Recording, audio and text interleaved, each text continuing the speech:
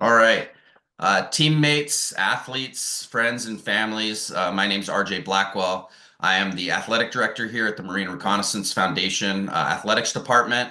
And like I said on the last video with Ryan, we're going to be doing something moving forward where we get a chance to talk to our athletes, post some videos, really get to know them. So today, I have the legendary Isaac Cordova. I know some of you have seen his videos online. He's an athlete with our Combatives team, and I just wanted to bring him on here and talk a little bit. So, Isaac, how are you doing today, man? Doing well, brother. Thanks for having me, RJ. Happy to be here, dude. Absolutely. So, yeah, kind of walk me through. So, I said you're one of the athletes for our for the MRF Combatives team, team leader John Harris. And just kind of give me a brief kind of walkthrough about your journey, man. Like in the reconnaissance community, what that took, how that defined you, and then where that kind of led you into athletics. Yeah, so went through BRC in 2013, 2014, and took me a couple times to get through BRC. So I actually recycled twice in first phase, then made it through on the third time. So I was at the schoolhouse for maybe like 8, 9 months. So that was a Jeez, fun dude. that was a fun year, right? It was a Being a real roper fun. for that long, huh? Yeah, dude. Uh, So that part was a really good experience. Obviously, learning what we all learn at the schoolhouse. Um, Afterwards, I had a pretty short career. So we did a workup, maybe about a year of individual schools, and then maybe like a year and a half workup. But right before we were going to deploy on a MEU, I had my first set of seizures. So during the shooting package, just not getting that much sleep, uh, started having seizures. And then so the next 6 months after that was kind of taken care of through the MRF. They kind of put me in the dive locker so I can kind of do my own thing down there and start transitioning out. Within that 6 months, I had a few more episodes of seizures, but then I was able to transition out. Unfortunately, now all that stuff's under control. But that's a real quick snippet of my career. So it was a short career, just 4 years in schoolhouse, workup, and then I had my first set of seizures. That's how it went. Dude, that's kind of a like so one, we can't take away from the fact that you made it through, dude. I mean, you earned it, dude. I mean, that's like that's it doesn't matter whether you deployed or you didn't or something else beyond your control took you out and stuff like that. That does I mean, you made it through, dude. I mean, all of us that sit here that made it through and gained the MOS, man. I mean, that's what it is, right? So I 100%. mean, you can't like the fact that you were a recon Marine, you know what I mean? That's like that's it. You made it, right? And so sometimes we kind of, you know, we're played the hand that we're dealt, in life. I think we all go through that, but just the resiliency of just getting through and doing that, that's just phenomenal in itself. I noticed that you mentioned MRF, and I think we had talked about this before that they had come alongside of you and really helped you out. I don't know if you want to share some of that in terms of like how they assisted you in what we do, just so people know, like this is just even one thing that kind of how MRF, responds with our team, our teammates and our members. Yeah, so both the Force Reconnaissance Association and the MRF came on in and pretty much just gave me that welcoming hand, as well as Christopher Mays, Master Sergeant, Master Gunnery Sergeant, um, really helped out. I guess when the Marine Corps is transitioning you out, you don't know what's gonna happen, right? It's like they give you some tools, but you're pretty much left to your own to file your paperwork, get your gear back in, and you're left to yourself. But the MRF came in and said, whatever you need, let us know. It's like you don't really have to show up to like the traditional formations or anything right now. You just take care of yourself. And so just knowing that somebody, if you have a question, if you have a legal issue, if you need help transitioning out, is there for you is just the most comforting thing. And just knowing that sense of security and that sense of peace is like, all right, now you're gonna be taken care of on your way out. You're not just gonna be dropped off is huge, except especially for me in my situation with epilepsy, we already have all these health worries and concerns. Just to have that sense of peace on the backside, really helped that whole thing out and made it a lot better. It probably could have been a lot worse if they weren't by my side. Dude, that's awesome. And yeah, you mentioned Chris May, who's, the current vice president, of MRF. And I've been working with him very closely, just outstanding individual, all the board members and advisors, right? But all right, so we kind of fast forward, you're a fighter. I mean, that's who you are, dude. I mean, we've all seen the videos, you're just, I want to get to the point where we kind of talk about. Dude, honestly, bro, every single time I pull up social media, like you have another like title or event you won or something, like I can't even keep up with it, dude. So I want to get to the point, where we can talk about, some of your accomplishments, where you are, where you're ranked, some of your top events and things like that. But just give me like a quick walkthrough of like your journey, into the fighting world and jujitsu. Yeah, so I would define it as grappling. You know, fighting, I would include strikes, even though I've ventured into combat jiu-jitsu, which we could talk about for a little bit too. But normally there's not strikes involved. So fighting, I would consider like kickboxing, karate, boxing, Muay Thai. But what I do is more jiu-jitsu, submission grappling, judo, wrestling, that section of the combatives. I'm a black belt out of 10th Planet. Got my black belt almost 2 years ago now, maybe like a year and 8 months ago from Andy Ballmore here at 10th Planet Fullerton. I'm a member of the 10th Planet Jiu-Jitsu Association. For the most part, I've been chasing ADCC. ADCC has traditionally been the most prestigious grappling, submission grappling tournament that there is in the world. But right now, everybody knows that jiu-jitsu is growing so much, especially these past like maybe 4 years. There's been a big influx of attention and support and financial support for the sport. So there's been a lot of different tournament organizations popping up that offer really good incentives and have good opportunities. So I'm not so much just on the ADCC route anymore, but looking at these other tournaments popping up because it's an exciting time for grappling. So I'm just trying to take the opportunities that are there, man. I kind of feel like the onus is on me because I can, so I have to. So it's like whatever opportunity comes up next, I'm ready for it, and it's a fun life, dude.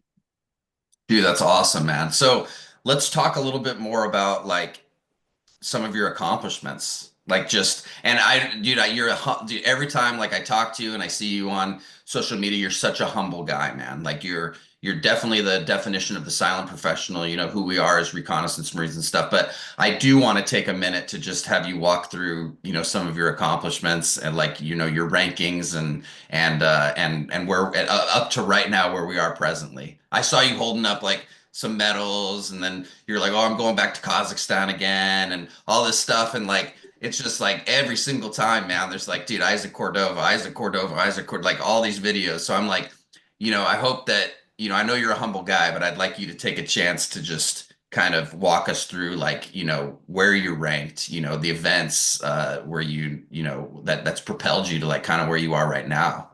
So. Okay. So right now, I just got bumped out, but a couple months, maybe I just got bumped out last week. But before last week, I was ranked 15th at 155 in the world for submission grappling. But as of today, I'm ranked 12th in the world at 135 for submission grappling. So I'll compete in 135, 145, and 155. Fortunately, I got an extremely fast metabolism, so I can eat all I want, get up to 155, and then I can cut right back down to 135. So that's an advantage. It opens up a lot of opportunities for me. So that's how it goes as far as rankings.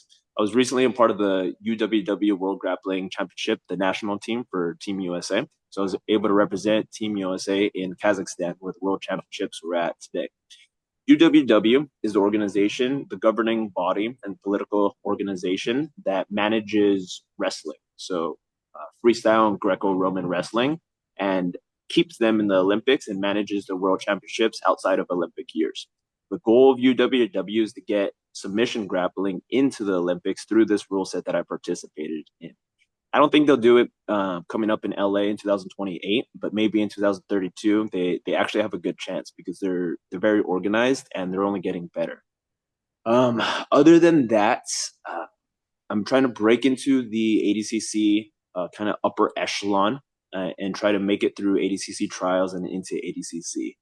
But like I said before, it's kind of a wild time in jiu-jitsu. So as far as like rankings and everything, we'll see what opportunities arise and what I can break into next.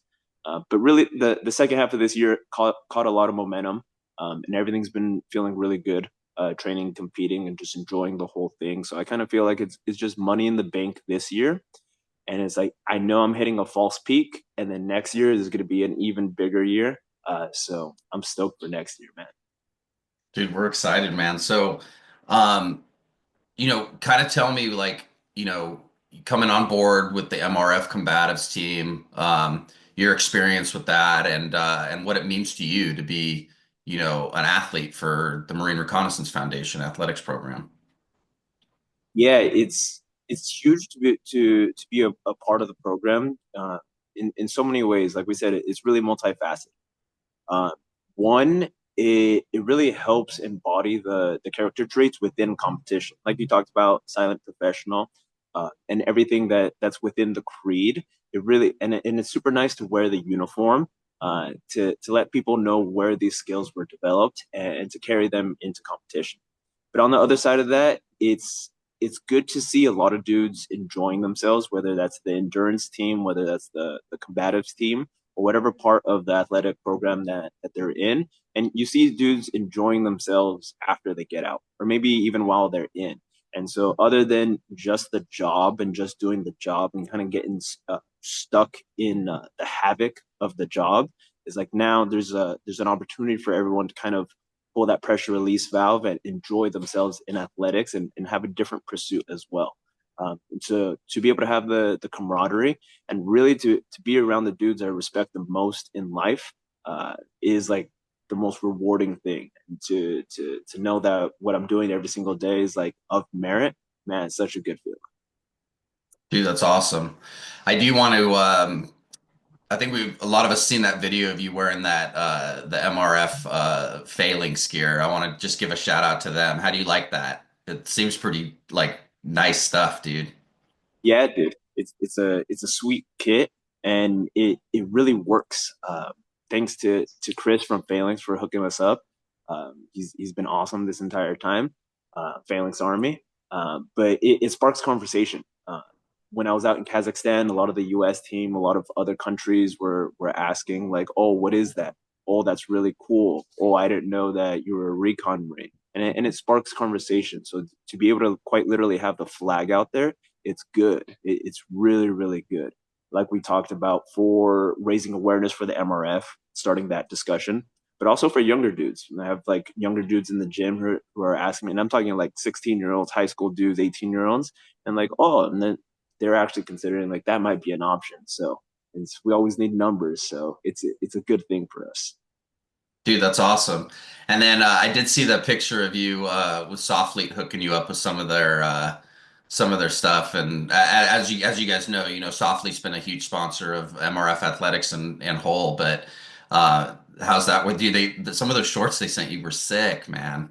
Yeah, Those man. are- Those camo shorts, the tiger camo shorts, the woodland shorts, dude, all the gear and really the supplements. Their pre-workouts insane. Their teddy bear night night that has a little bit of melatonin, protein, a couple other ingredients, really helps with recovery at night. Uh, and I've loved Softly for years and years and years, and I've looked up to those dudes for a long time and kind of their whole process. They've branched out into so many different things and done so many good things. To be partnering and working with them is kind of mind blowing, and they're really good. They communicate really well. I ask if I need anything, and they've really hooked us up. So it's been a lot of fun working. Dude, that's awesome. So the last thing that I want to ask you, man, is like, so being an athlete with MRF, like what do you hope, being an athlete is going to help you achieve, like in terms of like awareness within, what we do as a foundation. I mean, you talk to people and a lot of people don't know, to the extent of what the foundation does and how we help people. How are you being an athlete? What's your hope in terms of bringing awareness to the foundation and just the reconnaissance community in general? Yeah, so being with the foundation, being with the athletics team, helps give this all a sense of purpose, right? So it's like I've been building a platform, building a brand, building the competition experience. But martial arts can really be like the most selfish thing in the world. It's like this isn't really benefiting anybody by coming in here and grappling. Other than us, the participants, it's really good for us and it's a good way of life. But by partnering with the athletics team now kind of gives the whole branding, the whole social media a sense of purpose, that it can serve something higher and help out a lot more people than just my personal satisfaction, personal joy of being on the mats. It's able to give me a bigger outlet, bigger channel to serve some other people. Dude, that's awesome, man. Well, hey, okay, you did kind of spark my interest with something that you brought up that I wanted to end with. So you talked about grappling combatives or something like that. Can Yeah, we yeah, talk yeah. about that a little bit? Yeah, so I've been in combat jiu-jitsu twice. So combat jiu-jitsu is a form of jiu-jitsu where open palm strikes are allowed. This is put on by Eddie Bravo. Normally it happens down in Cancun because the sanctioning down there is a little easier than the US. But pretty much you can hit with open palms, people normally using the heel of the palm to not slap, but like palm strike the face. And you actually do get quite a bit of like TKOs, knockouts. So it puts a little bit more reality into the grappling uh, game. So there's so many different rule sets in grappling, right? Like the ones I'm just doing is IBJJF, which is like a little bit more guard pulling, a little bit more like refined, right? But CJJ is just like full strikes. It's like as nasty as it gets. So it's fun doing all the different rule sets. Dude, that's awesome. Well, hey man, I appreciate your time. Like I said, I just want, people to get to know our athletes a little bit better and, the reason for the videos and stuff. So I really appreciate the time. We're proud of you. Um, I even have my kids watching your videos, man. So it's always good. And we're here to support you, man. So, dude, thank you, for all that you do and bringing awareness to MRF and we're with you, brother. So. Thank you. And then the last thing I would say is that I haven't told anybody this, but I'm looking forward to opening 10 Planet San Clemente in the next 12 months to 24 months. So within the next year or two, San Clemente. That's the city that's just north of Camp Pendleton. So Yeah. however I can help out anybody at Pendleton, once I get that going, everybody's welcome to train. So hopefully, if you're watching this, you can actually come train in person on the mats. Dude, that's awesome. And is it gonna be your gym that you're Yep. gonna kind of be the guy that is like the overseer of everything, getting a chance to present the belts to everybody and all that. So, Yeah, I kind of have that function right here in the city of Fullerton, but uh, in some time I'm gonna head down to San Clemente and be doing that thing down there myself. So, yeah, dude, that's awesome to know, man. We'll get that out. And hey, anything that you need from me, Isaac, don't hesitate to get a hold of us. And we got you, brother. So, appreciate it, dude. all right, let me stop this.